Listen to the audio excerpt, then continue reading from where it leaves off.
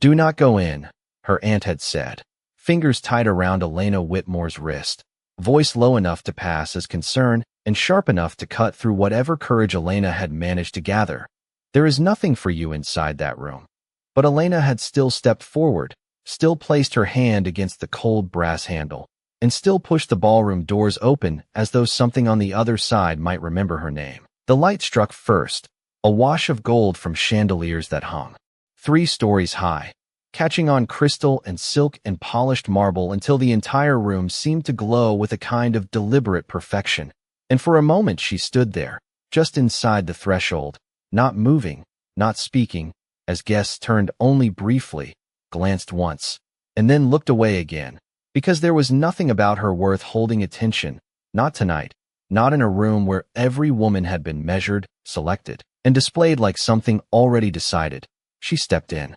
Anyway, one foot, then the other, the soft sound of her shoes nearly lost beneath the swell of strings, her gown a quiet shade of ivory that had seen better evenings, the hem brushing just slightly too short at the ankle, and a footman passed so close his shoulder nearly caught her arm, did not apologize, did not even notice, and she adjusted her path without a word, fingers curling briefly into the fabric at her side before releasing it again. The center of the ballroom was already arranged, as if the outcome had been agreed upon hours before anyone arrived. A circle of light beneath the largest chandelier, and within it the bride stood radiant in white and silver, turning just slightly as laughter rippled around her, while the man beside her, Elena's breath caught, not fully, not enough to be seen, held himself with the ease of someone certain of his place, his future, his choice. Elena did not move closer, not exactly, but she found a position near one of the tall marble columns,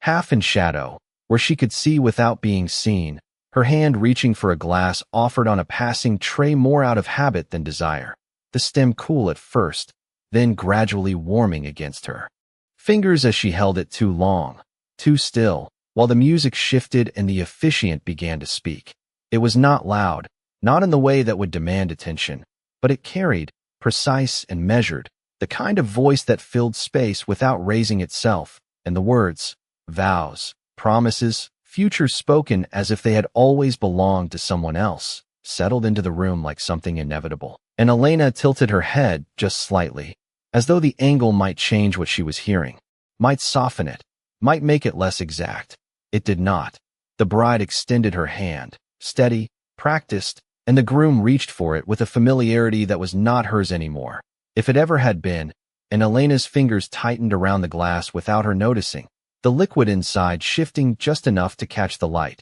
just enough to remind her that she was still holding something, still standing, still here. No one spoke to her, not her aunt, not the women who had once called her dear, not the men who now passed without recognition. And it was not cruelty, not exactly. It was something quieter, something colder, the simple absence of consideration, as if she had been placed just outside the arrangement of importance and left there without comment. She exhaled slowly, almost carefully, and for a moment the room seemed to narrow, not in size, but in focus. Everything drawing inward toward the center where the ring was being presented, small and brilliant against the officiant's gloved hand, and the music softened, just enough to make space for the moment everyone had been waiting for. Elena did not look away. She thought she might, that she would turn her head, set the glass down, step back into the corridor, and let the doors close behind her without a sound. But she did not move, not yet, not while the distance between the ring and the bride's hand grew smaller by the second, not while the world seemed to hold itself in that fragile, suspended pause, the kind that exists only for a breath or two, or the exact length of time it takes for everything to change. The ring did not touch her finger, not yet, and somehow that small distance felt larger than the entire room as Elena remained perfectly still, her shoulders squared in a way that suggested composure rather than defiance. The glass in her hand now undeniably warm, condensation long gone, her thumb tracing once along the stem before stopping as though even that small movement might draw attention she did not want. The officiant continued speaking, his tone steady, practiced, but the words began to blur at the edges, not because they were unclear, but because the moment had stretched too thin, pulled taut by anticipation that belonged to everyone except her, and she found herself watching not the bride, not the groom, but the space between them, the careful alignment of hands, the angle of wrists, the precise choreography of a future being secured in front of witnesses who would later describe it as flawless. A woman near Elena shifted slightly, her skirts brushing against the marble with a soft whisper, and leaned toward her companion with a smile that did not quite reach her eyes, murmuring something Elena could not fully hear, only the tail end of it, a practical match, followed by a quiet, approving hum, and Elena did not react, not outwardly, though her fingers tightened once more around the glass before easing again, as if she had reminded herself of something important, something necessary. She could feel her aunt somewhere behind her,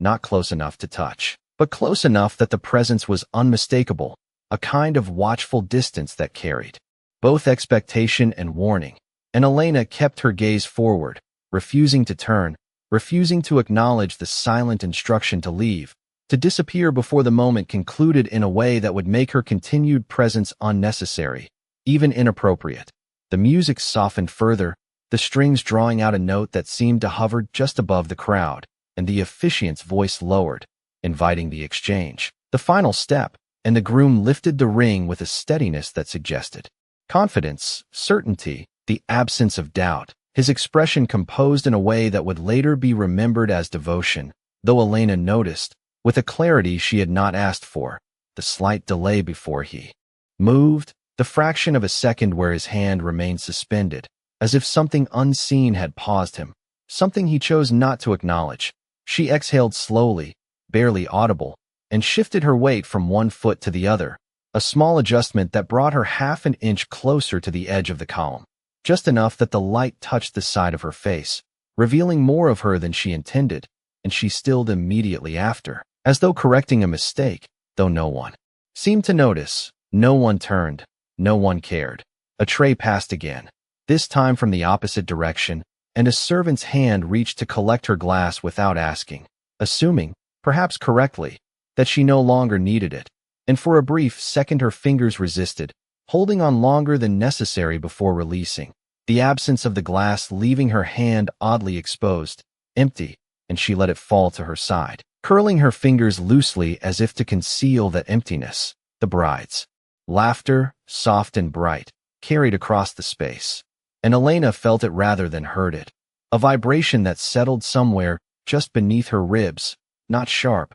not overwhelming, but persistent, and she drew in a breath that did not fully reach her lungs before letting it go again. The groom spoke then, the words of his vow clear, deliberate, each syllable placed with care, and Elena did not look away, did not grant herself that small mercy, instead holding her position as though rooted to the marble beneath her, as though movement itself would be an admission she refused to make. Around her, the room leaned in, not physically, but in attention, every gaze fixed on the center, every expectation aligned, and for a moment it seemed as though nothing existed beyond that circle of light, beyond the joining of two lives that had been arranged, approved, and celebrated long before this evening began, and then, without announcement, without the subtle signals that usually preceded such an entrance, the doors at the far end of the ballroom opened again, not wide, not dramatically, but enough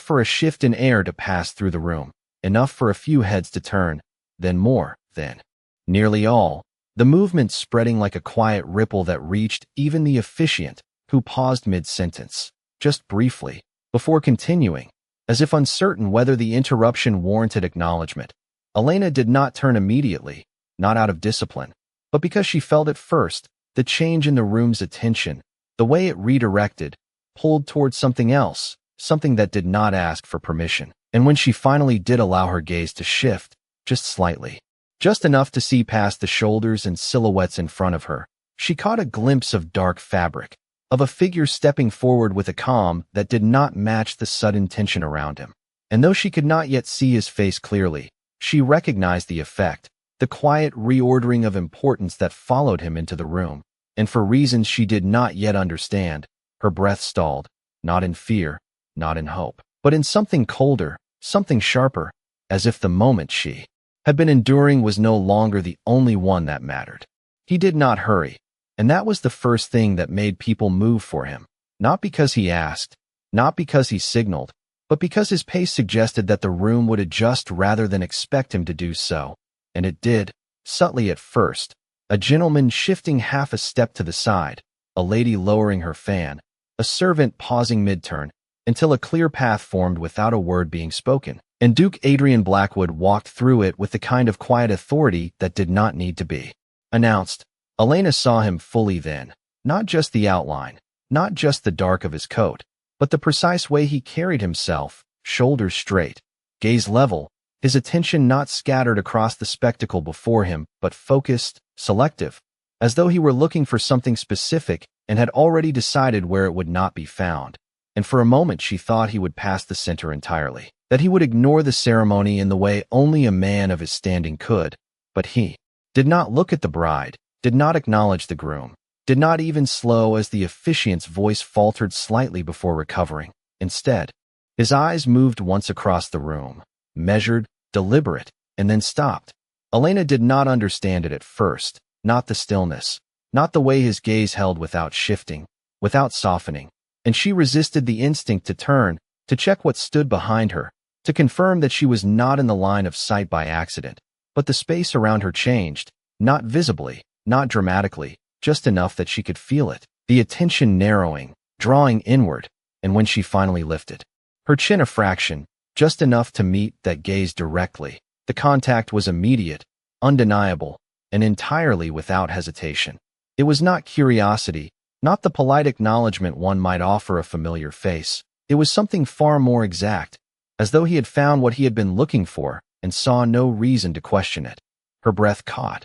not sharply, but in a controlled pause that did not release right away, and her hand, still empty at her side, curled slightly, fingers pressing into her palm as if to anchor herself to the moment, to the floor, to something that did not shift under her feet. Across the ballroom, the ring hovered again, the groom's hand lifting, the bride's fingers extending, and for a brief second everything aligned. The ceremony, the expectation, the perfect symmetry of a future being secured in front of witnesses who would later describe it as inevitable. And then, he changed direction. It was not abrupt, not dramatic, just a subtle adjustment of his path, a shift of weight, a turn of his shoulders that redirected the entire intention of his movement. And those closest to him felt it immediately, stepping aside more quickly now, clearing space with a kind of urgency they did not fully understand. Because he was no longer moving through the room, he was moving towards something,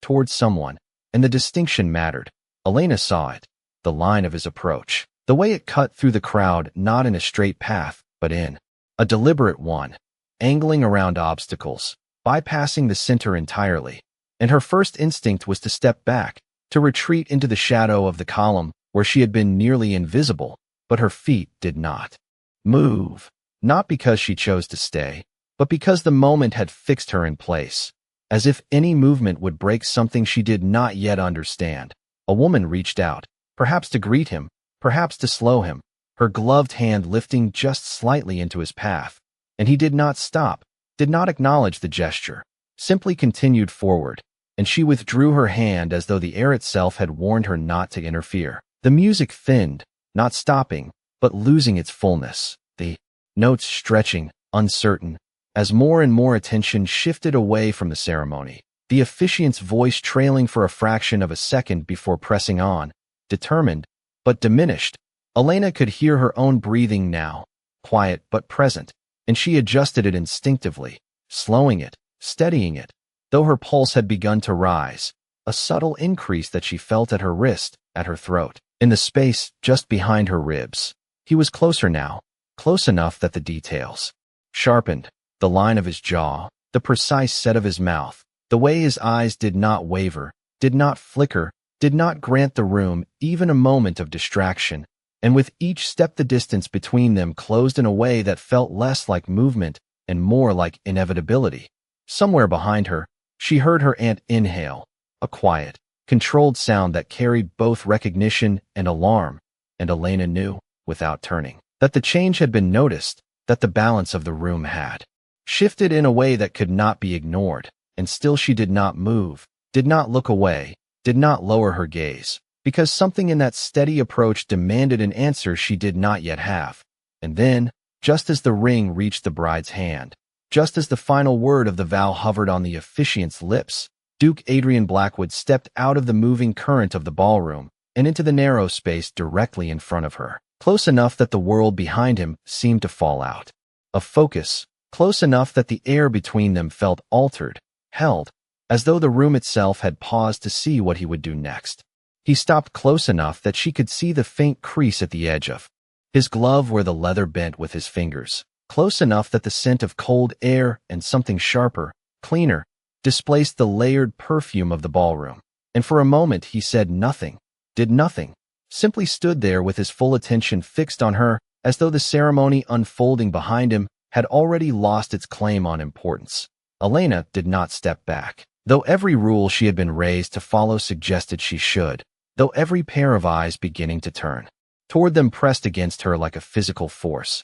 And instead she held his gaze, her chin lifting a fraction in something that was not defiance, not quite, but not submission either, something steadier, quieter, as if she were refusing to disappear again now that she had been seen. Behind him, the officiant's voice faltered completely this time, cutting off mid-phrase, and the silence that followed did not settle gently. It struck, sudden and total, the music collapsing into a single, unresolved note that hung in the air before fading into nothing. And in that silence the smallest sounds became sharp, a glass set too quickly on a tray, the rustle of silk as someone shifted, the faint intake of breath from her aunt who had taken one step forward and then stopped, as though unsure whether she was permitted to interfere. The bride's hand remained extended, the ring still not placed, her smile fixed in place but thinning at the edges as confusion began to surface beneath it. And the groom turned, just slightly at first,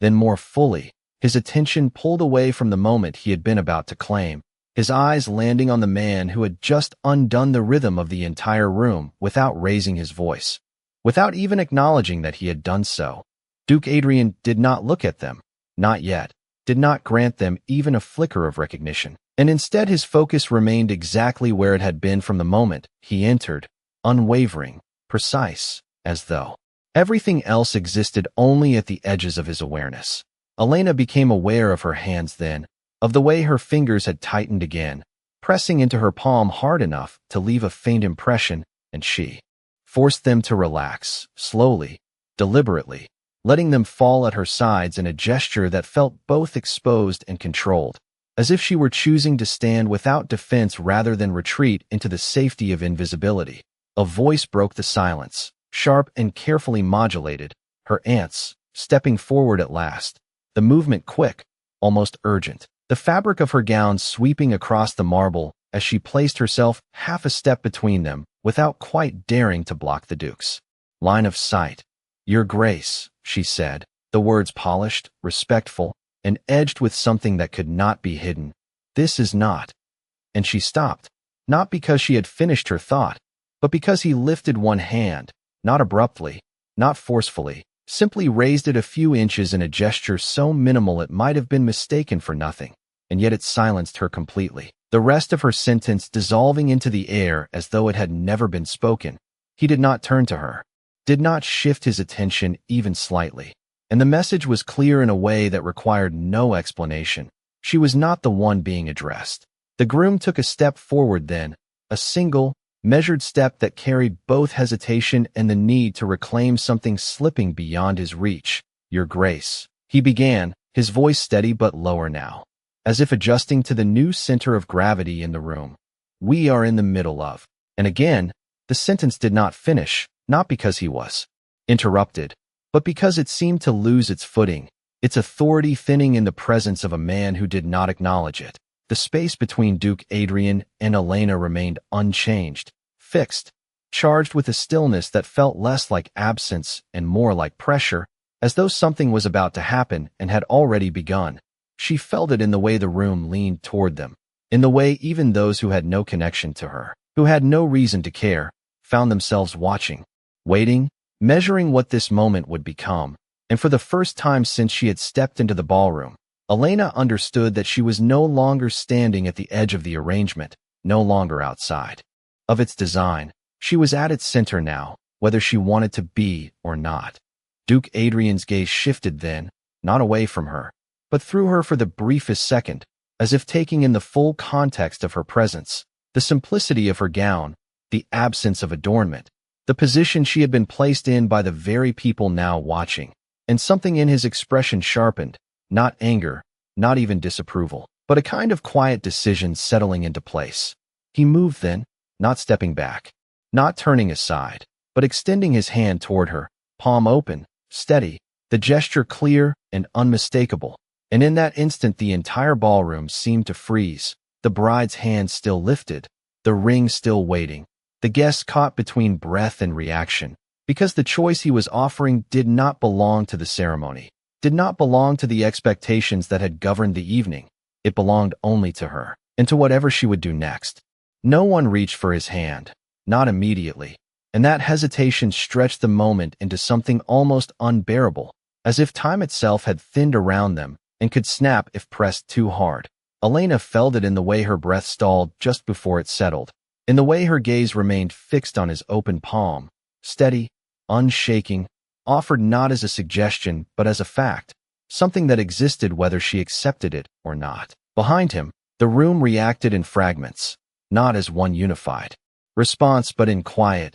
disjointed pieces, a whisper here, a sharp intake of breath there, the rustle of fabric as bodies shifted, recalibrating their positions in a hierarchy that had just been disrupted. Her aunt moved again, this time faster, her hand lifting as if to catch Elena's wrist before she could make a mistake, but she stopped just short, fingers hovering in the air, uncertain. Because intervening now would not correct the situation, it would expose it, and exposure was something she had spent years avoiding. Elena, she said under her breath, the name barely audible, shaped more by urgency than affection, and Elena heard it, felt it, but did not turn, did not answer, because to respond would be to step back into the place she had been assigned, and that place had already begun to dissolve. The groom's voice cut in again, sharper now, the careful composure cracking just enough to reveal something less controlled beneath it. "This is inappropriate," he said, not loudly, but with the expectation that it would carry, that it would restore order, and for a moment it did reach the edges of the room, brushed against the walls, but it did not reach the Duke, did not alter the line of his arm or the steadiness of his hand, and the lack of reaction was more decisive than any spoken reply. The bride lowered her hand then, slowly, the ring still not placed, her fingers curling inward as if reclaiming something that had been suspended too long, and she turned her head, not fully, just enough to see past her shoulder, to understand where the attention had gone, and what she saw there, the alignment of gaze, the stillness between two people who had not been part of the arrangement, shifted something in her. Expression that could not be easily hidden. Elena's heartbeat had become more noticeable now, not fast, not uncontrolled, but present in a way that demanded acknowledgement, a steady rhythm that grounded her even as the room seemed to tilt, and she realized, with a clarity that surprised her, that she was no longer thinking about leaving, no longer measuring escape, but standing within the moment as it unfolded, as if the choice had already been made somewhere beneath conscious thought. She lifted her hand then, not quickly, not dramatically, but with the same controlled movement that defined everything else about her, her fingers rising from her side, pausing halfway, as if testing the distance, as if confirming that the space between them was real, and not some illusion created by the weight of attention pressing in from all sides. The air shifted again, subtle but undeniable, as those closest leaned forward, not physically, but in focus, drawn to the smallest movement because it carried the greatest consequence, and for a fraction of a second everything seemed to freeze, the bride mid-turn, the groom mid-step, her aunt's hand still suspended, the guests caught between reaction and restraint. And in the center of it all, Elena's hand continued its quiet ascent until it met his. The contact was immediate, solid, not tentative, not uncertain, and his fingers closed around hers with a firmness that was neither forceful nor gentle, simply decisive, as if the gesture itself had already been agreed upon. A collective breath moved through the room, not quite a gasp, not quite a whisper, but something in between, a recognition that the moment had crossed a threshold and could not be undone. Duke Adrian did not look away, did not acknowledge the reaction, and with that same unbroken focus he shifted his weight slightly, drawing her forward by a single step, just enough to move her out of the shadow of the column and fully into the light. And the change was immediate, the way she was seen altering in an instant, no longer peripheral, no longer overlooked, but undeniably present at the center of attention she had never sought. Her gown caught the light differently there, revealing details that had been lost in shadow, the subtle texture of the fabric, the careful mending at the hem, the quiet signs of a life lived with restraint rather than display. And Elena felt it, the exposure, the way every eye now measured her, questioned her, judged her. But beneath that, something steadier remained, anchored in the grip of his hand, in the fact that he had chosen to stand here, with her, in front of all of them. "You will release her," her aunt said then, louder this time. The control in her voice sharpened into something closer to command, as if volume might restore authority where presence had failed. And for the first time Duke Adrian's gaze shifted, not fully, just enough to acknowledge the source of the interruption, his eyes moving past Elena's shoulder with a calm that did not match the rising tension. And when he spoke, his voice was quiet, measured, but carried with absolute clarity. "No," he said, and that single word settled into the room with more weight than any argument could have carried, closing the space for negotiation, for correction, for anything that might have returned the evening to its original course. Elena felt the word as much as she heard it, felt the way it anchored the moment, the way it defined what had just happened and what would follow. And without fully realizing it, she took another step forward, not pulled this time, but choosing to move, her shoulder aligning with his, her position shifting from the edge of his attention to something closer, something that suggested she was no longer being brought into the moment, but standing within it of her own accord. And behind them, the ceremony remained unfinished, the ring unplaced, the vows incomplete, the entire structure of the evening held in suspension as the balance of power tilted in a direction no one had prepared for. The word did not echo, it settled, low and final, and the room seemed to rearrange itself around it. Not visibly, not in any way that could be described afterward, but in the quiet recalculation of every person present as they adjusted to a reality that no longer followed the expected order. And Elena felt that shift move through the space like a current, subtle but undeniable, pressing against her shoulders, her back, the line of her spine as she stood beside him, her hands still held within his, her position no longer uncertain but not yet secure. Duke Adrian did not release her, did not loosen his grip, and with a slight turn of his wrist he adjusted their hold, not tightening, not pulling, simply aligning her hand more firmly with his, as if ensuring that what had been established could not be mistaken for anything less than deliberate. And that small movement carried more weight than any declaration, because it removed the possibility that this was accidental, or temporary, or subject to reversal. The groom took another step forward, this time more direct, his posture straighter,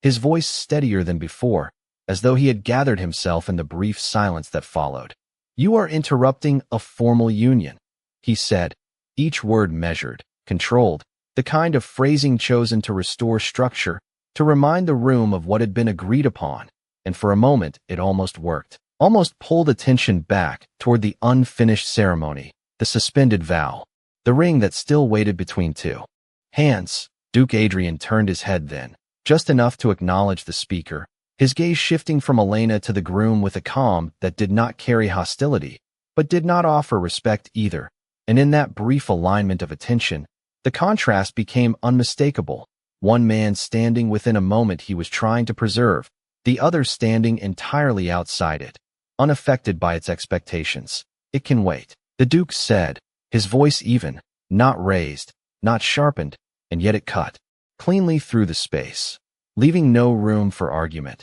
no space for reinterpretation, and the effect was immediate, the groom's next breath stalling just slightly before he recovered, his expression tightening in a way that suggested both restraint and the recognition that he was no longer in control of the moment he had intended to command. Elena felt the shift in the Duke's attention return to her, felt the weight of it settle again, precise and unwavering, and she became acutely aware of the way she stood, of the angle of her shoulders, the placement of her feet, the distance between them that no longer existed, and she adjusted without thinking, a subtle straightening, a quiet alignment that brought her fully beside him rather than slightly behind. A movement so small it might have gone unnoticed, but it changed the way the space around her responded, the way she was seen, not as someone being led, but as someone standing. A murmur moved through the guests then, no longer contained to whispers but rising in a low, continuous undercurrent. Names spoken quietly, titles exchanged, speculation forming in real time as the implications of what was happening began to settle, and Elena heard her own name once, then again, spoken with uncertainty, with surprise, with something that had not been there before, recognition, and she did not turn toward it, did not acknowledge it, because the moment unfolding in front of her demanded more attention than anything said behind her back. Her aunt stepped forward again, this time not stopping, closing the remaining distance with a measured urgency that spoke of calculation rather than impulse, her hand lifting not toward Elena, but toward the Duke himself, though it halted just short of contact, hovering in that narrow space where propriety still held. "Your Grace," she said, her voice controlled, but carrying the strain of a situation slipping beyond her management. "This is a misunderstanding." And for a brief second the room seemed to lean toward that word, misunderstanding, as if it offered a way out, a path back to the expected, to the safe, to the familiar. Duke Adrian did not look at her immediately, and when he did, it was with a gaze that assessed rather than engaged, a single glance that took in her position, her intent, her attempt to reshape the narrative before it solidified, and then he looked away again, dismissing the premise without the need to challenge it directly. "No," he said, again, the same quiet certainty, the same absence of elaboration, and the word landed heavier this time, because it did not just refuse her. It erased the possibility she had tried to create. Elena felt her aunt's attention shift to her then, sharp, insistent, a silent demand for compliance, for correction, for a return to the role she had always played, and for a fraction of a second the old instinct rose, the reflex to step back, to release his hand, to restore the balance that had been disrupted, but it did not take hold, it did not complete, because something in the present moment held her in place, something stronger than habit, stronger than expectation, and she remained where she was, her hand still in his, her posture unchanged. The officiant cleared his throat softly, a tentative sound that suggested an attempt to resume, to reclaim the ceremony from the interruption, and he lifted his hand slightly, the ring still resting in his palm, waiting, as if the moment could be restarted from where it had paused. But no one moved toward him, no one turned back fully, and the center of the room remained split, divided between what had been planned and what was now unfolding. Duke Adrian shifted then, not away, not back, but forward, a single step that brought him closer to the center, drawing Elena with him in a movement that was smooth, controlled, and entirely unhesitating, and as they moved, the space opened again, the guests parting more quickly now, not out of courtesy, but out of recognition, and the line between the arranged ceremony and this new, unspoken declaration became unmistakable. Elena felt the change in elevation, slight but present, as they stepped fully into the circle of light, the marble beneath her feet reflecting the gold above, and for a brief second everything seemed to hold again. The bride standing to one side, the groom just beyond, the officiant caught between two moments, and at the center of it all, she stood beside the Duke, no longer hidden, no longer overlooked, the weight of every gaze fixed on her, as if waiting to see whether she would remain where she was or disappear once more.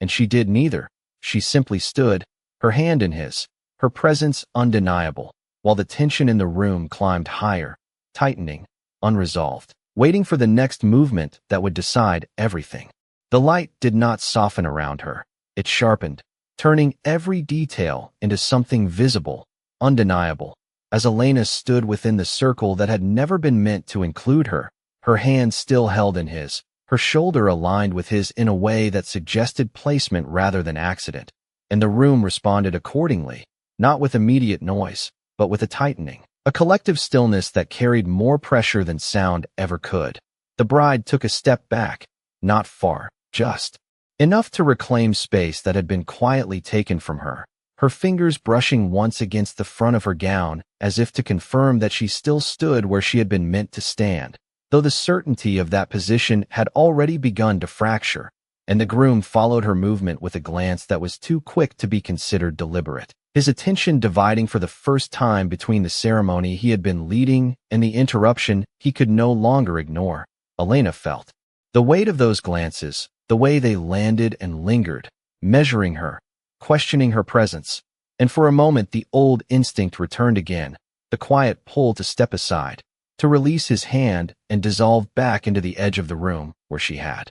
belonged. But the pressure of his grip remained constant, not restraining, not forcing, simply present, and that presence anchored her in place more effectively than any instruction could have. Duke Adrian shifted slightly, a minimal adjustment of his stance that placed him half a step forward, not blocking her, not shielding her, but establishing a line that separated them from the rest of the room. And the movement was so controlled it might have been overlooked, except that it altered everything, redefining the space around them, marking it as distinct, as deliberate, as chosen. "You are aware of the implications," the groom said, his voice quieter now, but steadier, as if he had decided to meet the moment rather than resist it. And he took another step forward, closing the distance just enough to be acknowledged, but not enough to challenge, his posture careful, his hands held at his sides in a restraint that was almost visible, and for a second the room seemed to hold on. That balance, waiting to see whether this would become confrontation or concession. Duke Adrian did not respond immediately, and in that pause the tension deepened, stretched thin across the space between them, until he turned his head fully this time, meeting the groom's gaze with a calm that did not invite negotiation, and when he spoke, his voice carried the same measured certainty that had already shifted the course of the evening. "I am," he said, and nothing more, no elaboration, no explanation. The simplicity of the answer leaving no room for interpretation, no space for compromise. The officiant shifted his weight, uncertain, his hand still holding the ring that had become, in this moment, irrelevant, and he lowered it slightly, not fully, but enough to signal that the ceremony could not proceed while the center of attention remained elsewhere, and the music, which had hovered uncertainly at the edges, did not resume, leaving the silence intact, heavy, expectant. Elena became aware then of the distance she had crossed, not in steps, but in position, in the way she now stood where she had never stood before, where she had never been invited to stand, and she adjusted her shoulders. Again, a subtle straightening that aligned her fully beside him, not behind, not to the side, and the shift was small, almost imperceptible, but it changed the way she held herself, the way she occupied the space, as if she were no longer waiting to be dismissed. A whisper moved through the guests, more distinct now, less restrained, names spoken more clearly, titles attached, questions forming in low, urgent tones, and Elena heard fragments of it. Whitmore, not presented, impossible, each word carrying weight, each one attempting to redefine her in a way that fit within the old structure, but the structure itself had already begun to break. Her aunt stepped forward once more, no longer hesitant, no longer restrained, her movement precise, controlled, and she reached for Elena's arm, not roughly, not forcefully, but with intent, her fingers closing just above the elbow in a grip that was meant to guide, to correct, to reclaim, and for a brief second Elena felt the familiar pressure of it, the expectation embedded in the gesture, the silent command to comply, and the moment froze there, her aunt's hand on her arm, the Duke's hand holding hers, the room suspended between two opposing directions. Duke Adrian's gaze dropped then, not to Elena, but to the point of contact where her aunt's hand rested, and without raising his voice, without altering his expression, he shifted his grip slightly, not pulling Elena away, but turning her hand just enough that her position changed, her arm angling forward, out of reach, and the movement broke the contact cleanly, without force, without confrontation, simply removing the possibility. Her aunt's hand remained in the air for a fraction of a second, fingers still curved, as if holding something that was no longer there, and then she lowered it slowly, the control in her posture returning, though the authority had not. Elena felt the release of that pressure, the absence of it, and with it came a clarity she had not expected, a quiet understanding that the choice to remain was no longer being contested in the same way, and she drew in a breath that settled more fully this time, her shoulders easing just slightly as she stood within the space that had been created around her. The bride turned fully then, no longer half-turned, no longer observing from the edge, but facing them directly, her expression composed, but altered, the certainty replaced by something sharper, something that suggested she was recalculating her position in a situation that no longer followed the script she had been given, and the ring, still unplaced, glinted faintly in the officiant's lowered hand, a small, bright reminder of what had been interrupted and what remained unresolved. Duke Adrian did not look at her, did not acknowledge the shift in her stance, and instead his attention returned to Elena, steady, unwavering, as if the rest of the room had already been accounted for and set aside. And in that focus, there was something that carried forward, something that suggested this moment was not an interruption, not a deviation, but the beginning of something that had been waiting just beyond the edge of what everyone else had expected, and the room, held in that suspended tension, waited for what he would do next. The silence did not break, it tightened, pulling every gaze inward until the room felt smaller, closer, as though the walls themselves had leaned in to witness what came next, and Elena stood within that narrowing space with a stillness that was no longer fragile, no longer uncertain, her hand anchored in his, her posture aligned beside him as if she had always belonged there, though every whisper circling the room insisted otherwise. Duke Adrian did not move immediately, and that absence of motion carried weight, a deliberate pause that held the entire ballroom suspended, the bride watching, the groom waiting, the officiant frozen with the ring lowered just enough to admit the interruption had become something else entirely, something that could not simply be resumed. Elena felt the pressure of attention settle across her shoulders, down her arms, into the space between her ribs, not crushing, but insistent, and she adjusted her breath again, slower now, steadier, as if matching the pace of the man beside her rather than the rising tension around them. "Release her," the groom said again. But the words had lost their earlier certainty, softened at the edges by the realization that repetition did not restore authority, and he took one more step forward, closer than before, entering the circle of light fully, placing himself within the same defined space. And for a moment the alignment created something sharp,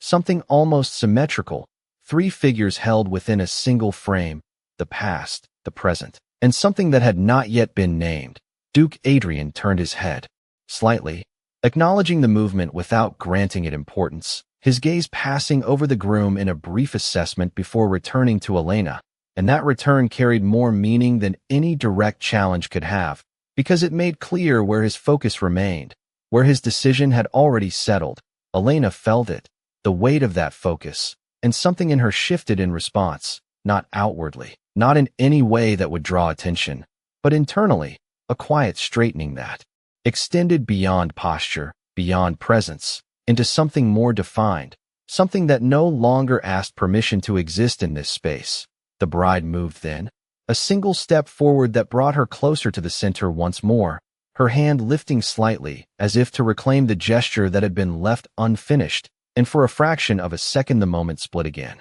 The possibility of continuation hovering just at the edge of reach, the ring catching the light as it was raised once more, and everything seemed to balance there, suspended between what had been interrupted and what might still proceed. Then Duke Adrian shifted, not toward the bride, not toward the groom, but forward, one controlled step that drew Elena with him, the movement smooth, inevitable, and as they advanced, the alignment broke, the fragile symmetry dissolving as the center of the room redefined itself around their motion. The officiant's hand faltered, the ring lowering again, the words he had prepared, remaining unspoken as the structure of the ceremony slipped further from his control, and a murmur rippled through the guests, louder now, less restrained, the tension spilling outward in fragments of disbelief, curiosity, and something closer to anticipation. Elena felt the change in distance, the way they now stood not at the edge of the ceremony but within it,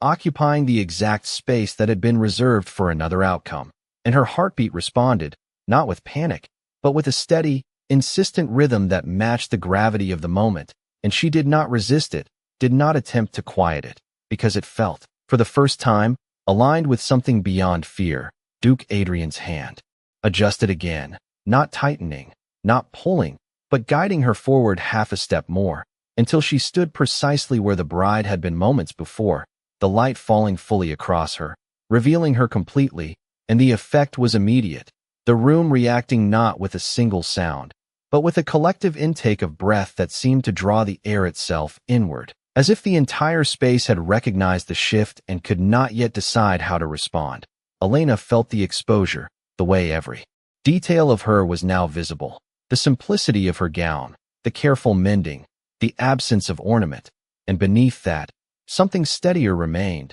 something that did not shrink under scrutiny, and she lifted her chin just slightly, not in defiance, but in acknowledgement, as if meeting the weight of their attention rather than avoiding it. "This is not your place," her aunt said, the words sharper now, no longer restrained. And she stepped forward again, closer than before, her voice carrying across the space with a clarity that cut through the murmur, attempting to anchor the moment in the rules that had always governed it. Duke Adrian did not look at her, did not respond to the claim, and instead he turned fully toward Elena, his attention narrowing once more until the rest of the room seemed to fall away. And for a brief second everything stilled again, the bride frozen mid-breath. The groom held between motion and restraint, the guests caught in the act of watching, and, in that suspended moment, his hand lifted slightly, still holding hers, raising it just enough to bring it into the light, into full view, the gesture simple,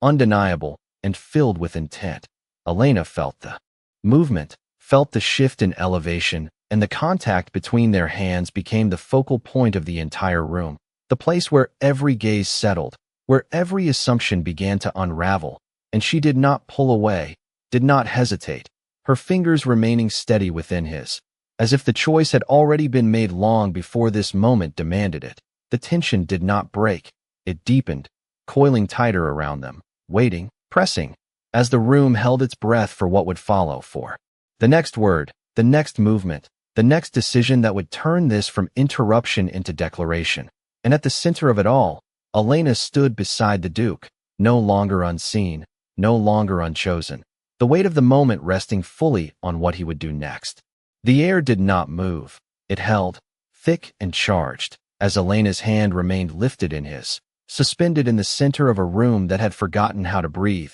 And for a moment nothing existed beyond that single point of contact, not the unfinished vows, not the waiting ring, not the expectations that had governed every second leading up to this one. Duke Adrian did not lower her hand, did not release it, and instead he turned his wrist just slightly, angling their joined hands toward the officiant as if acknowledging his presence without granting him control, and the gesture was small, precise, but it shifted the entire balance of the room, redirecting attention, redefining intention, and Elena felt it in the way the silence sharpened, in the way every gaze followed that movement as though it had been waiting for it. The groom stepped forward fully now, closing the remaining distance, his posture no longer restrained, no longer measured, but still contained within the boundaries he could not afford to cross. "This ends now," he said, the words firm, carrying across the space with a force that demanded recognition,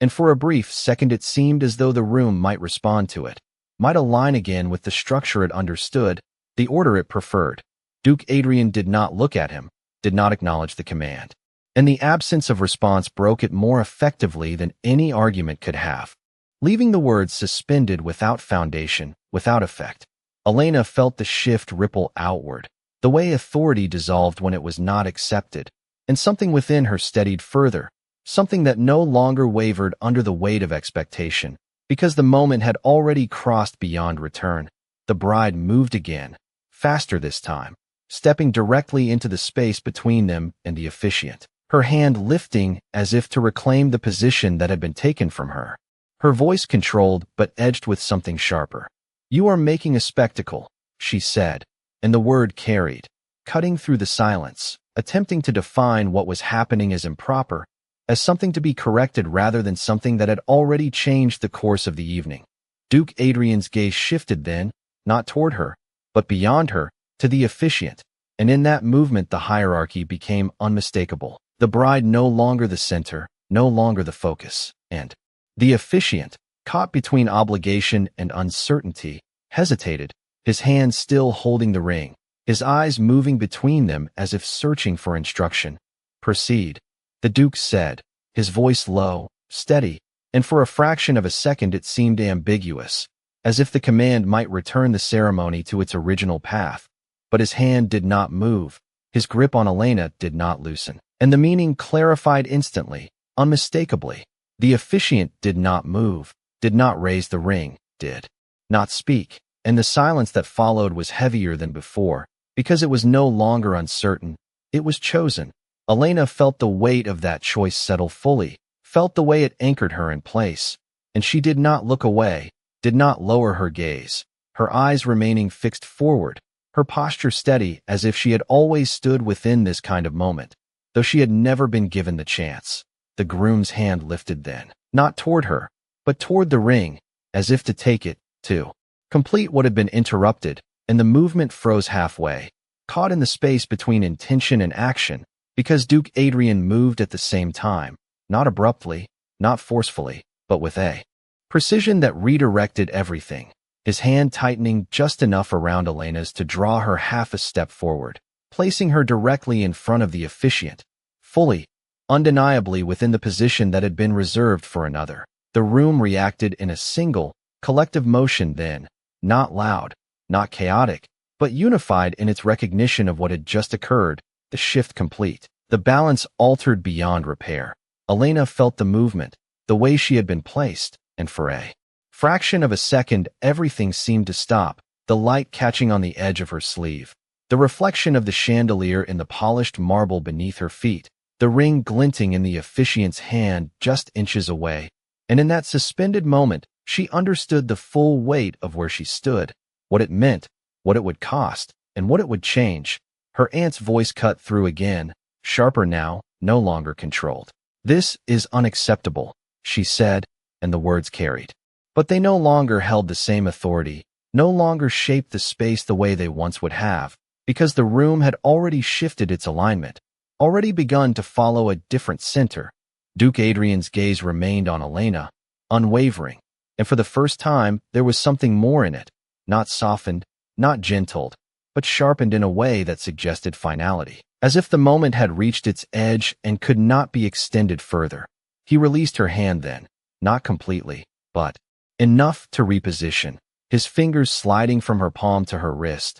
then to the back of her hand again, adjusting their contact with a deliberate care that made the movement feel intentional, ceremonial. And Elena felt the change in pressure, the shift in contact, and her breath caught once, quietly, before settling again. "Your name," he said, the words directed only to her, low enough that they did not need to carry. And yet they did, because the room was listening, because everything now depended on what she would say. Elena's lips parted, not immediately, not without thought, and for a fraction of a second the entire ballroom seemed to hold on that single pause, the bride frozen, the groom still, the officiant waiting, the guests caught between expectation and disbelief. And then she spoke, her voice steady, clear, carrying across the space with a calm that did not match the storm surrounding her. "Elena Whitmore," she said, and the name settled into the room like a declaration, like something being written into a moment that could not be erased.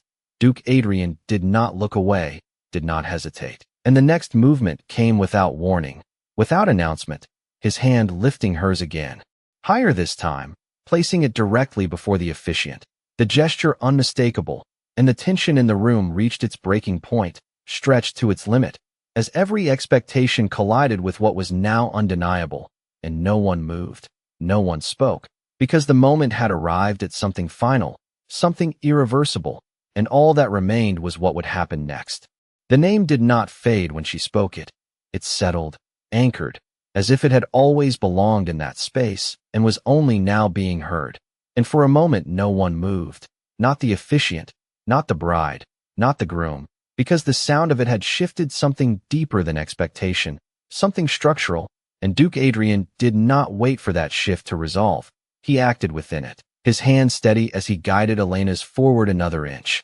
closing the final distance between her and the officiant, placing her fully, undeniably, in the position that had already begun to take shape around her. The officiant hesitated, the ring still resting in his palm, his eyes flickering between the Duke and the woman now standing before him, searching for instruction that did not come in words but in presence, and the silence stretched again, thinner now, more fragile, as if it could fracture at any second. "You cannot be serious," the groom said, his voice sharper now, the restraint slipping. As he stepped closer, his hand lifting as if to reclaim the space, the moment, the outcome that had been his, and the movement froze halfway, caught by something unseen, not force, not command, but the recognition that the balance of the room had already shifted beyond his reach. Duke Adrian turned then, not fully, just enough to acknowledge him, and in that brief glance there was no anger, no irritation,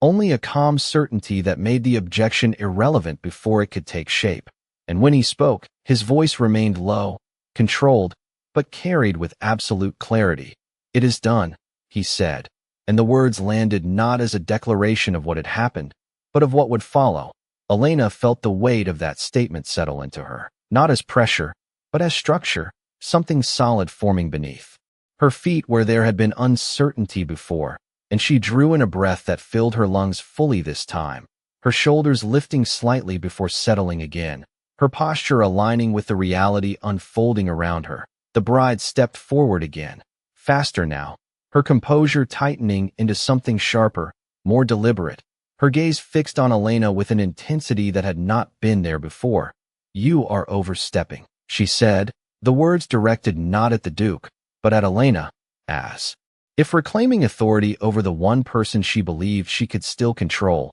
and for a fraction of a second the room seemed to lean toward that accusation, toward the possibility that this could still be framed as a mistake, as a breach, as something to be corrected. Elena did not respond immediately, did not look away, her gaze steady, her breath even, and the absence of reaction became its own answer, one that did not argue, did not defend, but simply remained. Duke Adrian's hand shifted. Again, not releasing hers, but moving with a deliberate precision that redirected the moment once more, his fingers sliding from her hand to her wrist, then lifting it slightly higher, bringing it into the full light, into the center of every gaze, and the gesture was unmistakable, not symbolic, not tentative, but definitive, as if he were presenting her not as a possibility, but as a decision already made. The officiant swallowed, a small, almost imperceptible movement, and his grip on the ring tightened slightly before loosening again,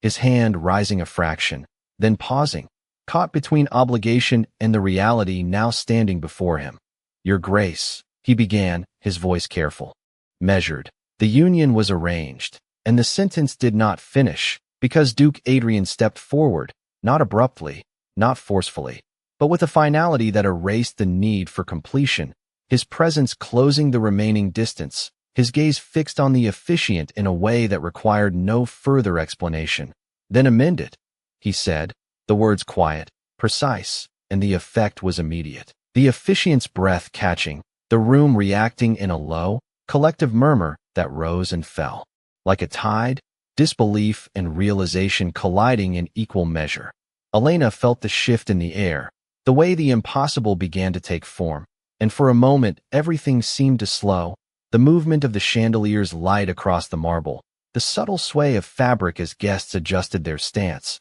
the faint sound of someone setting a glass down too quickly on a nearby tray, and within that slowed moment, she became acutely aware of where she stood, of what was being asked, of what was being changed. Her aunt's voice broke through again, no longer controlled, no longer measured. "This is madness," she said, the words carrying across the room with a sharpness that cut through the murmur, and she stepped forward once more, her hand reaching out, not to guide this time, but to pull, to remove Elena from the position she had taken, and the movement froze mid-reach as Duke Adrian turned his head just slightly, his gaze meeting hers for the briefest second, and whatever she saw There stopped her completely, her hand lowering slowly. The authority she had relied on dissolving in the face of something she could not challenge. Elena felt that shift as well, felt the absence of resistance where it had once been constant. And with it came a clarity that settled deeper than anything she had known before, a quiet understanding that the choice was no longer being contested, that the path forward had been set. Duke Adrian's attention returned to her, unwavering, and for a brief moment the rest of the room seemed to fall away again. The noise, the movement, the tension all receding to the edges as he held her gaze with a steadiness that did not waver. And then he spoke, not loudly, not for the room, but for her. "Stand," he said, a single word, simple, direct, and Elena did not question it, did not hesitate. She simply adjusted her stance, grounding herself fully in the position she now occupied, her shoulders aligned, her chin level, her presence no longer tentative but certain. The officiant's hand lifted then, slowly, the ring catching the light as it rose, and the room seemed to inhale as one, the moment crystallizing into something undeniable, something that could no longer be undone. And Elena felt the weight of it, the culmination of everything that had led to this point, the humiliation, the silence, the absence, all of it converging into this single, irreversible shift, and she did not look away, did not falter. She simply stood, her hand held steady before her, as the final step approached, and the world around her held its breath for what would happen next. The ring did not tremble in the officiant's hand, but everything else did, the air, the silence, the fragile balance of a room that had been built on certainty and was now being rewritten in real time. And Elena stood at the center of it with her hand extended, steady, her breath measured, her gaze forward, as if she had always known this moment would come, even when she had been standing in the shadows only minutes before. Duke Adrian did not rush the final movement, did not press the officiant, did not repeat himself, because he did not need to, and that absence of urgency carried more authority than any demand, forcing the moment to unfold on his terms, at his pace, within the structure he had already imposed. The officiant glanced once more toward the groom, a reflex, a final check for the order that had been expected, but the groom did not step forward this time, did not reach for the ring, did not reclaim what had been his, because something in his expression had shifted, not softened, not surrendered, but altered, as if the ground beneath him had changed in a way he could not correct, and his hand, which had lifted before, now lowered slowly to his side, the gesture incomplete, abandoned. The bride stood motionless, her composure held together by precision rather than ease, her eyes fixed on Elena with a sharpness that had replaced certainty, and for a moment it seemed as though she might speak again, might challenge, might force the room back into the shape it had been meant to take. But she did not, because the room itself had already begun to respond to something larger than her claim. Elena felt that shift not as pressure, but as clarity, a quiet, steady awareness settling into place. And she did not look at the bride, did not look at the groom. She kept her gaze forward, her hand still, as if acknowledging that the moment was no longer about them, no longer about what had been planned, but about what was now being decided. Duke Adrian's hand moved then, not releasing hers, but guiding it slightly higher,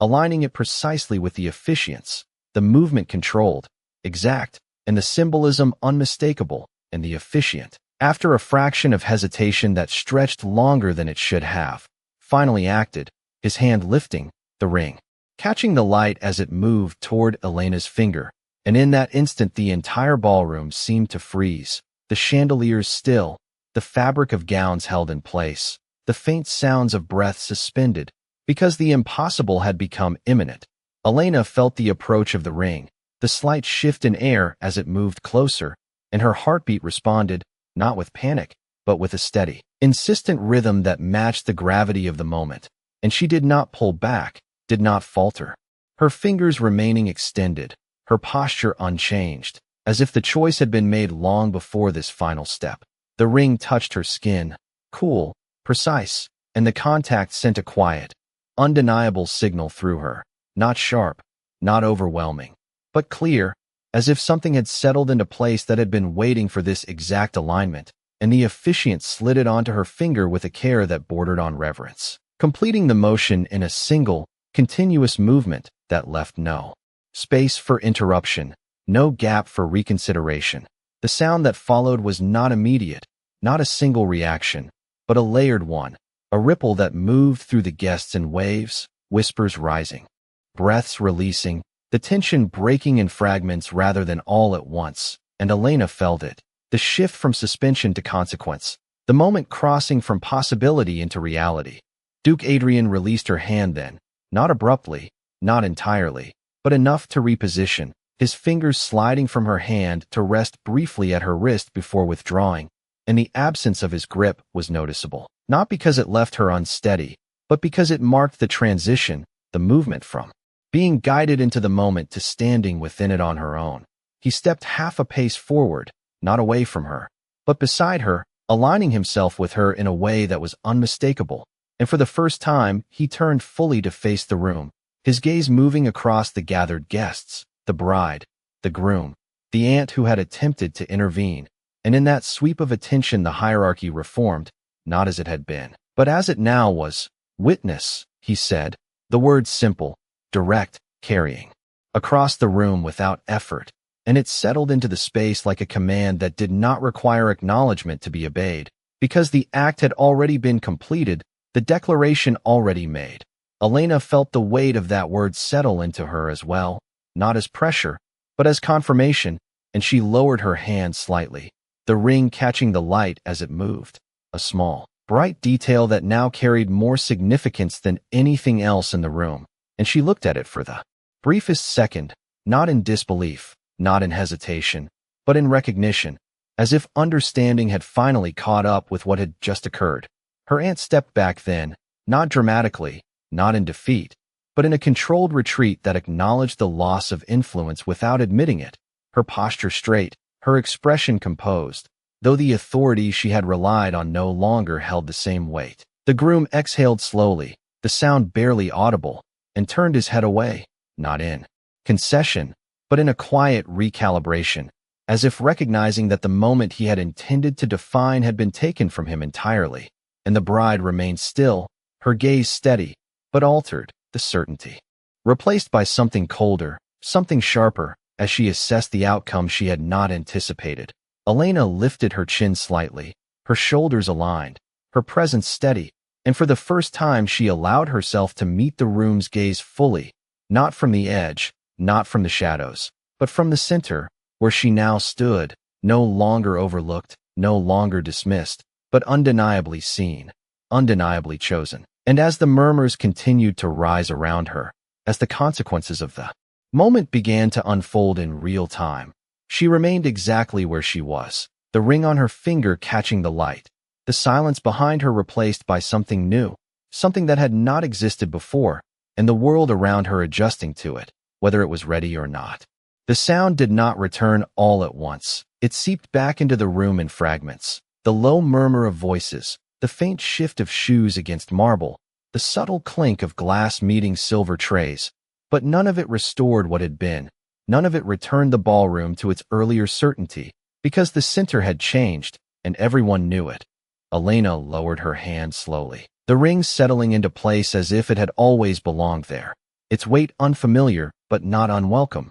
and she did not hide it, did not turn it away from the light. She let it remain visible, catching the glow of the chandeliers in a way that made it impossible to ignore, and for the first time she became aware of how the room now adjusted around her, how conversations faltered when she shifted even slightly, how glances lingered longer than before, no longer dismissing, no longer passing over her, as if she were part of the background. Duke Adrian stood beside her, not touching, not guiding, but present in a way that required no reinforcement, his posture unchanged, his gaze calm as it moved once more across the room, not searching, not questioning, but acknowledging the new arrangement with the same quiet certainty that had created it. And when he turned back to her, there was no urgency in the movement, no expectation pressed into it, only a steady recognition that she remained where she had chosen to stand. The officiant stepped back then, a single measured step that signaled completion, his role fulfilled in a way he had not anticipated, his hands lowering to his sides as if releasing the moment entirely, and the absence of his presence at the center made the shift even more apparent, because there was no longer any structure left to reclaim, no formal path back to what had been interrupted. The groom exhaled again, this time more audibly, and turned fully away from the center, his shoulders still straight, his composure intact, but altered, the ease gone, replaced by something tighter, more contained, as if he were recalculating his position within a room that no longer revolved around him. And the bride followed a second later, her movement precise, controlled, her expression composed but sharpened, the kind of composure that held rather than softened. And as she stepped aside, the space she vacated did not close, did not return to its original form. It remained open, defined by what had taken place, rather than what had been planned. Elena felt the shift in distance as people adjusted, some stepping closer, drawn by curiosity, others stepping back, uncertain of how to position themselves within this new hierarchy. And she remained still for a moment, allowing the movement to settle, allowing the weight of the moment to distribute itself around her. And then she moved, not away, not retreating, but turning slightly toward Duke Adrian, her movement controlled, deliberate, aligning herself with him in a way that was no longer uncertain, no longer reactive. Her hand lifted briefly, not to adjust the ring, not to hide it, but simply to feel its presence, her thumb brushing once against the band as if confirming it was real. And the gesture was small, almost private, but it carried a quiet finality, a recognition that what had happened could not be undone by whispers or objections. Her aunt watched from a distance now, no longer intervening, her posture composed, her expression carefully arranged. But the distance between them had changed, not in space, but in authority, and Elena felt it, not as loss, but as release, a loosening of something that had held her in place for longer than she had realized. "You understand what this means," her aunt said finally, her voice controlled once more, but quieter, no longer projecting across the room. And Elena turned her head just enough to acknowledge her, not fully, not stepping toward her, but meeting her gaze from where she stood. And for a moment the two positions held, the old expectation and the new reality, facing each other without resolution. And then Elena inclined her head slightly, not in agreement, not in submission, but in acknowledgement, and turned back, allowing the conversation to end without continuation. Duke Adrian stepped forward then, a single, measured step that carried him out of the exact center of the ballroom, not leaving it, but shifting its axis, and Elena followed without hesitation, her movement smooth,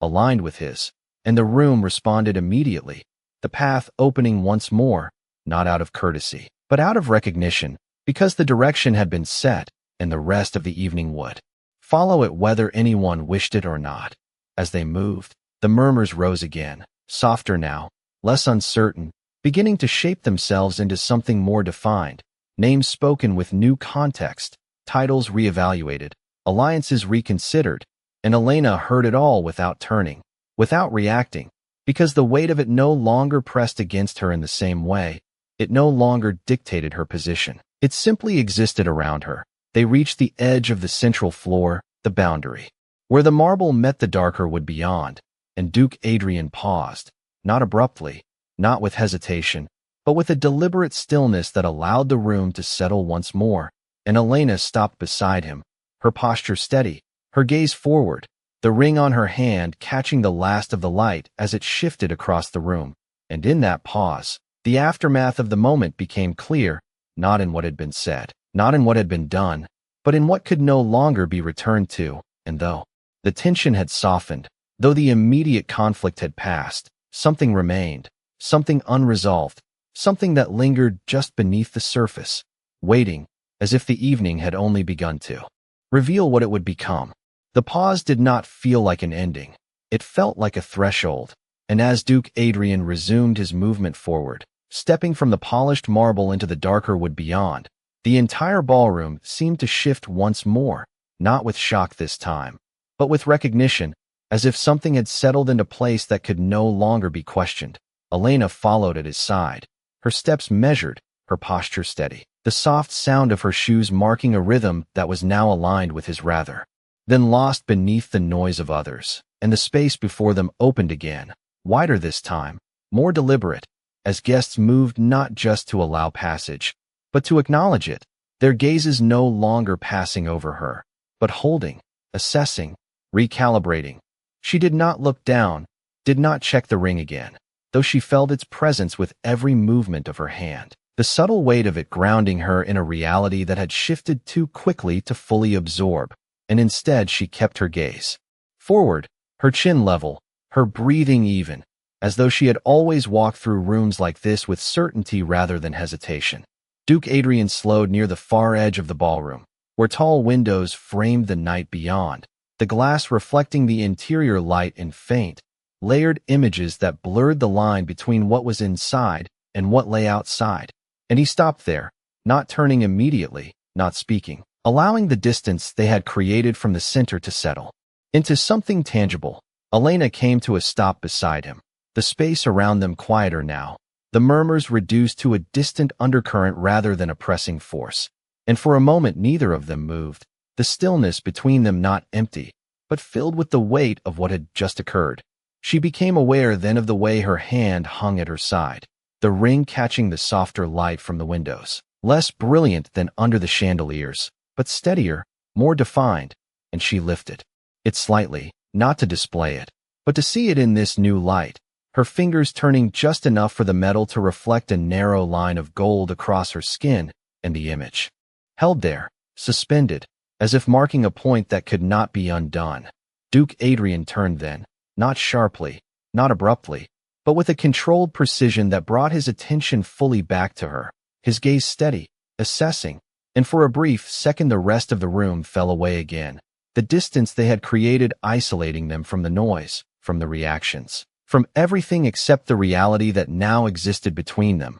"You did not step back," he said, his voice quiet, not a question, not quite a statement, but something that acknowledged what had happened without diminishing it. And Elena met his gaze without hesitation, her expression composed, though something deeper moved beneath it, something that had not been there before. "No," she answered, and the word carried a steadiness that surprised even her, not because it was defiant, but because it was certain, as if she had finally aligned with something she had long been expected to deny. He held her gaze for a moment longer, as if measuring that certainty, as if confirming it was not temporary, not fragile, and then he inclined his head slightly, a movement so subtle it might have been missed by anyone not standing directly before him, but it carried recognition, not of what she had been, but of what she had chosen to become. Behind them, the ballroom continued to shift, the unfinished ceremony dissolving into conversation,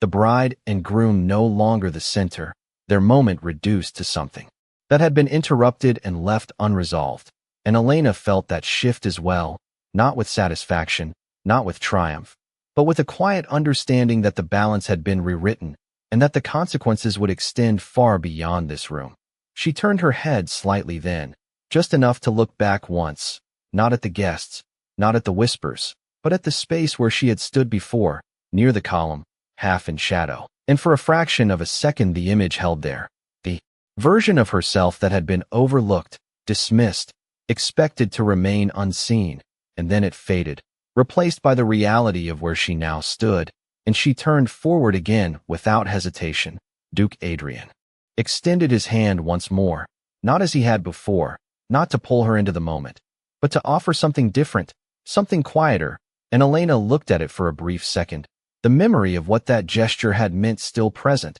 and then she placed her hand in his again, the contact deliberate, chosen, and they stood like that for a moment, side by side. The connection no longer a disruption, but a confirmation. The music resumed then, not the same piece, not the same rhythm, but something slower, more measured, as if the evening itself had adjusted to a new tempo, and the guests followed, their movements cautious at first, then more assured, the flow of the room re-establishing itself around a different center, one that no longer excluded her. Duke Adrian stepped forward again, leading this time not toward the exit, but back along the edge of the room, and Elena moved with him, her steps aligned, her presence no longer questioned, and as they passed through the shifting crowd, the glances that followed were no longer dismissive, no longer indifferent. They were deliberate, acknowledging, as if the room had finally learned how to see her. They reached the far side once more, where the lights softened and the noise dimmed, and he paused, just long enough for the movement to settle, for the moment to hold, and then he released her hand, not abruptly, not completely, but enough to mark the transition. The end of one moment and the beginning of another, and Elena remained where she was, her posture steady, her gaze forward, the ring on her finger catching the last of the light as it shifted across the room. For a second, everything still